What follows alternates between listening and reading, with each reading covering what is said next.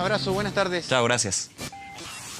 Bueno, vamos a seguir con este tema, evidentemente, porque también son innumerables las preguntas que surgen al ver estos incendios forestales que destruyen miles de hectáreas de vegetación.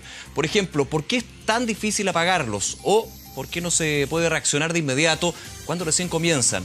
Estas y otras interrogantes que vamos a conversar aquí en el estudio junto a Enrique Aliste, experto en gestión y planificación ambiental del Departamento de Geografía de la Facultad de Arquitectura y Urbanismo de la Universidad de Chile. Enrique, gracias por acompañarnos. Muy buenas tardes. Gracias. Bien, tomando también lo que es la coyuntura y lo que nos mostraba Gonzalo Ramírez y su equipo en Empedrado, una situación bien compleja porque finalmente el fuego es súper impredecible, pero por sobre todo los factores son bien claros que impiden controlar el fuego. ¿Cómo se puede ir trabajando eso?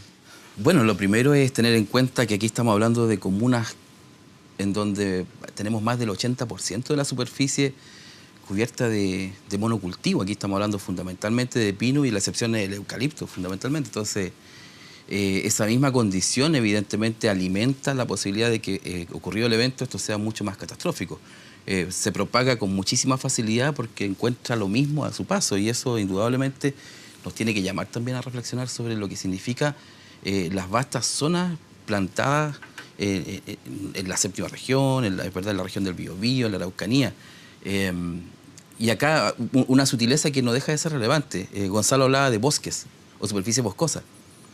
Aquí estamos hablando de plantaciones forestales y Claro. esa distinción sutil en el lenguaje también es importantísima porque aquí Considerando que el bosque es más bien silvestre y la plantación Claro, forestal es un tema más de industria. Y hay todo un debate ahí, pero en lo concreto lo que tenemos acá de la silvicultura evidentemente reporta muchísimos beneficios a la economía del país, pero también nosotros tenemos que plantear preguntas respecto de qué significa esto en la conformación de los territorios que nos toca habitar. Y ahí es donde aparece el tema relevante. A ver, me parece súper interesante ese punto y creo que se ha debatido poco, porque recordamos en el ejemplo de otros incendios, por ejemplo el de Valparaíso, que varias veces que desgraciadamente ha sucedido eso, se habla luego de la necesidad de que los terrenos sean pensados en términos de ciudad, en términos de que no pueden haber quebradas donde hay basura, por ejemplo, o pasto seco.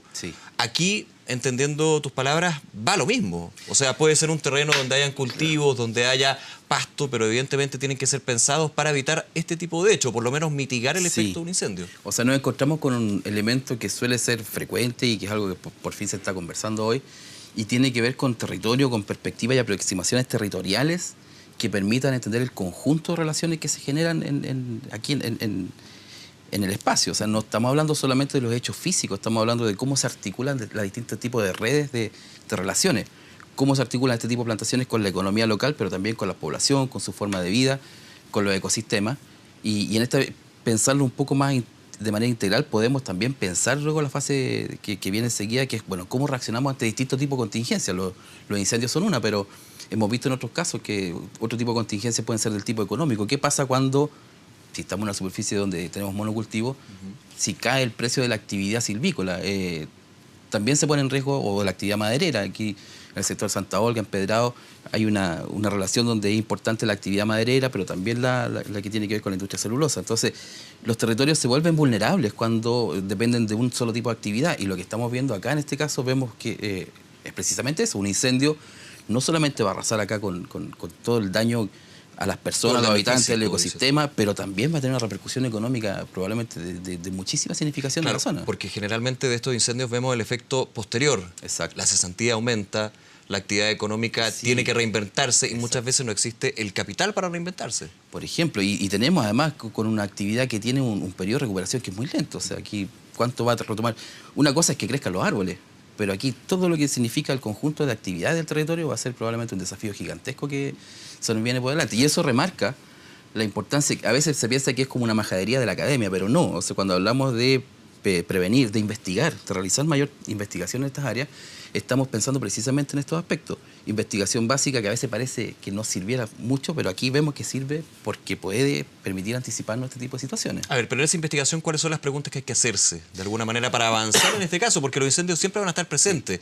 Los factores que decía Gonzalo, por ejemplo, en su despacho, el 30-30-30 que se habla, siempre van a estar así. Ya sea porque hay un cambio climático que está posibilitando que justamente sea aún más difícil controlar un incendio. Claro, pero también nosotros cada vez conocemos más del territorio y cada vez también disponemos de mejores herramientas. El punto es, bueno, qué tipo de análisis son los que están haciendo y lo que tú señalas es cierto. O sea, qué preguntas son las que nosotros estamos realizando para poder dar cuenta de esto. Por ejemplo, en la actualidad estamos desarrollando un proyecto de investigación donde queremos ver cuál es la magnitud de la transformación que se produce en 40 años de la existencia de un incentivo estatal a la bonificación forestal, que es el decreto 701, que se ha hablado mucho en estos días. Y aquí tenemos también una evaluación necesaria desde el punto de vista no solamente de lo que ha significado en términos de la economía, también qué ha significado esto a los ecosistemas, a la sociedad, a las prácticas culturales que se van acompañando de esto. De eso todavía no sabemos mucho. Y además, todo esto tiende a acentuar este tema de los conflictos socioambientales. Aquí empieza a aparecer entonces un conflicto que es una tensión que muestra lo que se quiere vivir y lo que nos muestra la situación territorial que estamos viendo. Las vastas son lo que viene después de una evaluación ex post. ¿Qué fue lo que se quemó? Y nosotros lo que estamos haciendo ahora, por ejemplo, es tratar de ver qué es lo que se suplantó. Y es algo que la pregunta puede ser muy sencilla, las respuestas no son tan fáciles y además no hay mucha convergencia y hay mucho debate respecto de qué es lo que se reemplaza.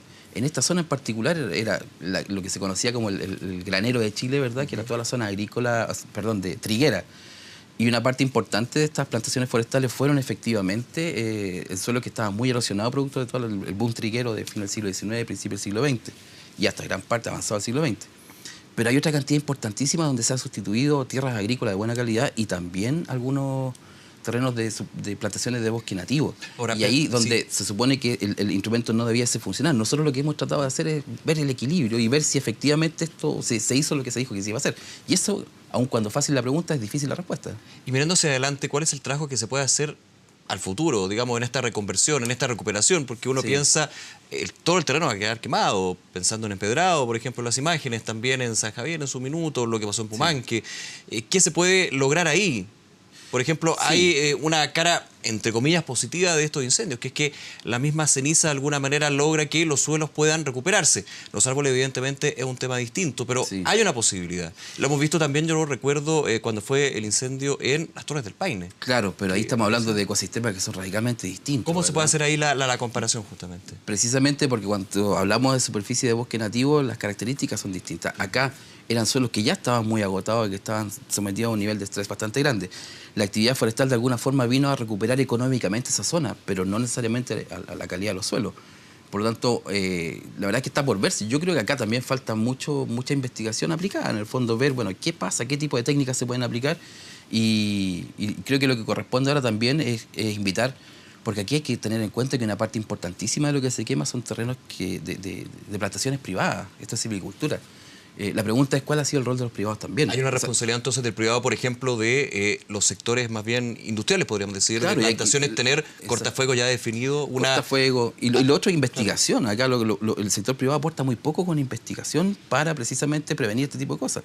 Se le ha pedido solamente al Estado y eso está bien, por un lado, evidentemente. Hay fondos que están destinados para este tipo de investigación, pero también el sector privado podría aportar con investigación que ayude a definir formas mediante las cuales estas cosas se pueden prevenir, ¿verdad? Este tipo de eventos que son catastróficos. O sea, finalmente aquí el costo social es altísimo.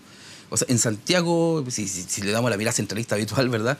Podemos ver que hoy día en Santiago estamos asfixiados y como han dicho la gente de regiones, ¿verdad? Porque Santiago se empieza a asfixiar, que empezamos a reaccionar socialmente. Pero aquí hay que ver también qué es lo que está ocurriendo en esa escala local. A veces también nosotros vemos y tendemos a hacer un análisis donde decimos que el monocultivo es perjudicial. Pero también vemos que una parte importante de la actividad económica local depende de este tipo de actividad. Entonces, lo que quiero decir con esto es que es muy complejo el análisis. Es difícil formarse una sola opinión. Acá necesitamos de las miradas múltiples para tratar de entender este tema en la complejidad que implica mirar los territorios. Eso no es algo tan evidente ni tan sencillo y por lo mismo se requiere de muchas miradas. Necesitamos saber lo que dicen los ecólogos, lo que dicen los economistas, lo que dicen los urbanistas, lo que dicen, ¿verdad?, los hidrólogos, etc. Hacemos un conjunto de relaciones para entender qué es lo que pasa en ahora, pero viendo, por ejemplo, el contexto que se ve ahora en la región del Maule, también lo hemos visto en la de O'Higgins, pero enfocando a la situación más crítica del día de hoy. ¿Qué a grandes rasgos podría decirse que es una falencia que tiene que ser repensada y solucionada en este tipo de hechos? O sea, definitivamente tener un plan preventivo. El enfoque, en primer lugar. Y el enfoque que hoy insistimos mucho, y nosotros en la Universidad de Chile tenemos un programa para la reducción de riesgo de desastre donde estamos trabajando una serie de materias que hablan del tema de la reducción de catástrofes, ¿verdad?, de desastre, que una de ellas indudablemente tiene que ver con los incendios. Pero es tener estos planes donde se pueda generar estrategias de acción que sean preventivas y que también, una vez desatada la catástrofe, ver qué es lo que se puede hacer en términos de acción. Tenemos, por ejemplo, el caso de que acá es indudable, acá se ha hablado mucho de la colaboración de los vecinos, ¿verdad? Porque las comunidades son fundamentales. Acá, evidentemente, con los cuerpos contratados, ¿verdad? Temporalmente para combatir los incendios no es suficiente. Se requiere también de la acción colectiva con las comunidades, articulado con los tendría que haber, por ejemplo, una capacitación local, para los que viven cerca de estos terrenos que son peligrosos, digamos, potencialmente peligrosos. Sí, yo usaba la metáfora de que estos son como palitos de fósforos plantados uno al lado de otro. Entonces la posibilidad de propagación es muy grande. La población evidentemente tiene que estar preparada a saber cómo reaccionar. Muchas veces se actúa de manera más intuitiva y a veces con grado de efectividad, pero no podemos estar descansando solo en ese ámbito intuitivo. Hay que hacer un trabajo colaborativo mucho más estrecho. Trabajar planes de gestión efectivo también para ver cómo se articulan los distintos recursos que se proveen para combatir estos Pero hay un tema aquí, ¿no?, de falta de recursos que se ha hablado mucho durante las últimas sí. horas. Porque hay otras voces que dicen los recursos están. De hecho, los que son aportados por el Estado son históricos, son récord. Sí. Sí, pero ahí uno pensaría, si están los recursos como se dice desde la autoridad, hay un tema de cómo se va administrando ese recurso. Por un lado, pero también hay que pensar en la magnitud. Yo creo que esto definitivamente se sobrepasó todas las expectativas de lo que se podía tener en cuenta y en vista. Además, eso nos tiene que llevar a repensar evidentemente cómo se actúa. Pero yo creo que también acá es importantísimo que se tenga un enfoque donde se vea que esa fase preventiva no tiene que ver única y exclusivamente con disponer de esos recursos, sino que tener estudios que permitan saber cómo actuar en determinados escenarios, porque aquí hay muchos escenarios posibles también. Yo creo, y en eso estamos trabajando y estamos intentando evidentemente desarrollar distintos tipos de sugerencias, lo que se requiere sobre todo es de colaboración mucho más estrecha entre los distintos actores que en esto tienen que ver. Uno de ellos, evidentemente, el Estado. Pero aquí hay que pensar que la mayor parte, estoy hablando acá, de superficies gigantescas que son de propiedad privada, ¿ya? Y a veces de pocas empresas. La pregunta es, ¿se estará haciendo lo suficiente? Las empresas realizan investigaciones a veces, pero uno dice, ¿estarán enfocándose en todos los temas que requiere el manejo de estas extensiones tan grandes de territorios complejos? Habría que pensar que esa prevención debería ser por ley. Te lo hago, por ejemplo, en el caso de la seguridad laboral. La seguridad de sus trabajadores, los temporeros, que está por ley, tiene que existir, y eso ha ido generando también un cambio en la empresa agrícola. Claro. Tendría que pensarse de esa manera drástica, ok, pero ¿de manera efectiva? Pues una alternativa. Yo imagino que hay muchas formas de pensar en esto. Hay que pensar en la integralidad. Se han hablado de una serie de instrumentos. ¿Qué significa, por ejemplo, un plan de manejo de cuencas a nivel del ordenamiento territorial? Que también esto es una materia pero indispensable que se aborde desde enfoques de ordenamiento territorial, pero también de acción, de planes preventivos. Y hay varios dispositivos de la ley que pueden ayudar en esto. Tú dices la laboral, indudablemente, pero también está la ambiental. Claro. ¿Ya? Los compromisos por temas de cambio climático. Hay una serie de posibilidades de generar instancias que además permitan trabajar. Yo creo que acá siempre uno cae en la tentación que es más simple de criticar qué es lo que no se ha hecho, ¿verdad? Y nosotros en general tenemos ese hábito y casi una costumbre, y el deporte nacional hoy día es decir todo lo que no se ha hecho. Pero hay muchas cosas que sí se han hecho. El tema es si hemos logrado generar las sinergias necesarias. Y ahí yo creo donde tenemos que hacer un esfuerzo colectivo. Apuntemos a eso. ¿Qué se ha hecho y de alguna manera qué se ha aprendido y está funcionando acá? Porque evidentemente hay un trabajo intenso de brigadistas, de los operativos de emergencia que si no fuera por ellos y parte grande el sacrificio que están haciendo, esto podría ser aún peor. Uno piensa eso. Bueno, se ha hecho despliegue importante en materia de tecnología, se han hecho esfuerzos por tratar de coordinar, pero yo creo que acá el desafío fundamental tiene que ver con cómo consolidamos de manera efectiva y eficiente una institucionalidad un poco más articulada, ¿verdad? Después del 2010 se han hecho esfuerzos importantes, yo creo que eso es importante también reconocerlo, ¿no? La pregunta es si han sido suficientes. Creo que la respuesta hoy es que no, y está un poco a la vista, pero también creo yo que es importante que la lógica de articularnos ahora sea pensando en este y en otras situaciones de emergencia eventuales que pueden venir. O sea, esto desgraciadamente era bastante previsible y se venía hablando desde hace mucho tiempo. Pero acá también, desgraciadamente, la confluencia de intereses a veces no son muy convergentes, a veces tienden a ser divergentes. Circuló, no sé con qué grado de veracidad, ¿no? Hoy día, a través de redes sociales, una nota del año 2003, si mal no lo recuerdo, donde los propietarios de avionetas privadas, ¿verdad?, se quejaban ante el aviso del gobierno de turno en aquel momento de comprar más infraestructura aérea para combatir incendios. Y decían que esto era un negocio de competencia de los privados. Yo no sé, desconozco si será real, no verifiqué si eso es cierto, pero si es cierto, es dramático, ¿no? En el fondo pareciera que ahí falta también un poco de generosidad respecto de lo que significa la lógica del bien común como sociedad. O sea, vemos que los efectos son tan nocivos y que finalmente esto lo asume el conjunto de la sociedad. O sea, ahí el equilibrio entre lo público y lo privado también tenemos que ser capaces de discutirlo en algún momento. Hemos hablado un poco en términos prácticos de lo que es el manejo del terreno, de la prevención con respecto a la topografía y también la actividad económica que se está desarrollando. Ahí te quiero llevar un poco a eso, Enrique. Hay un punto que tiene que ser revisado por los municipios como autoridad local, porque finalmente es el municipio el que conoce el ambiente, lo que necesitan sus ciudadanos, pero obviamente aquí hay un pero, que es el tema de la centralización. Claro. El municipio de la región del Maule y la región de O'Higgins muchas veces puede estar totalmente desconectado de lo que se necesita porque el centro no le permite. ¿Es así?